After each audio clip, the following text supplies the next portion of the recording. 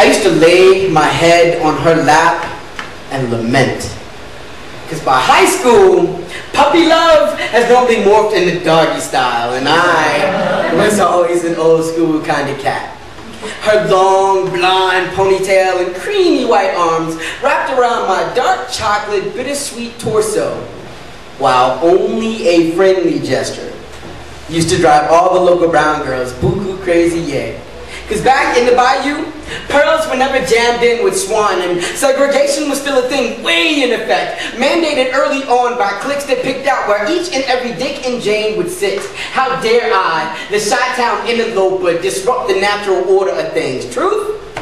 I wanted her friend, who was just as clueless as we were, happy together in mutual misery. Because back in '91, everyone wanted to be like Mike, because he had all the girls wide open. He was that perfect mix of rebel, driving by in the banging system, symptomatic of all the things that ring true of that new kid on the block.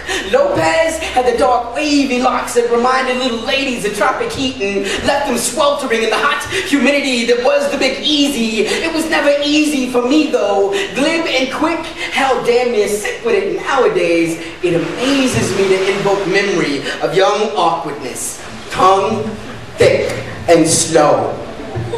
At pace with thoughts racing, trying to face facts that I lacked what it took to be viable boyfriend material.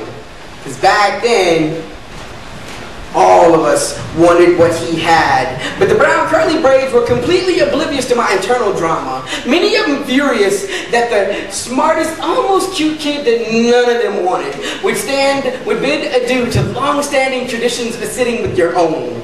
All that I wanted was that which would have never really worked, and it doesn't get more romantic than that. Fact is, between those talks about her loss and my longing, and the presence and ire of earth onlookers, together we found where we belong, though beginnings are rarely strong enough to stretch out into happily ever afters. Time took us and threw us to the elements. They say she likes girls now.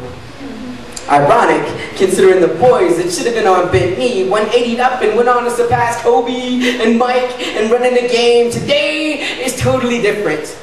But I almost never take rides on the bus anymore, because it's too much of a chore, trying to be held up by ghosts and with smiling faces in distant places with a life of our own, kiddos and the PTA. As for me, instead of fracturing the square, rounded into something that could rock and roll in the purest sense of the word. My ego can just Amoja in the one syllable, Mo. The boy became a man, and to this day, I wonder whatever happened to my homie Lopez, armed with the dark, wavy locks, bumping the car with the banging sporting system, who had every girl he could have ever wanted, but lacked understanding of completion to be okay.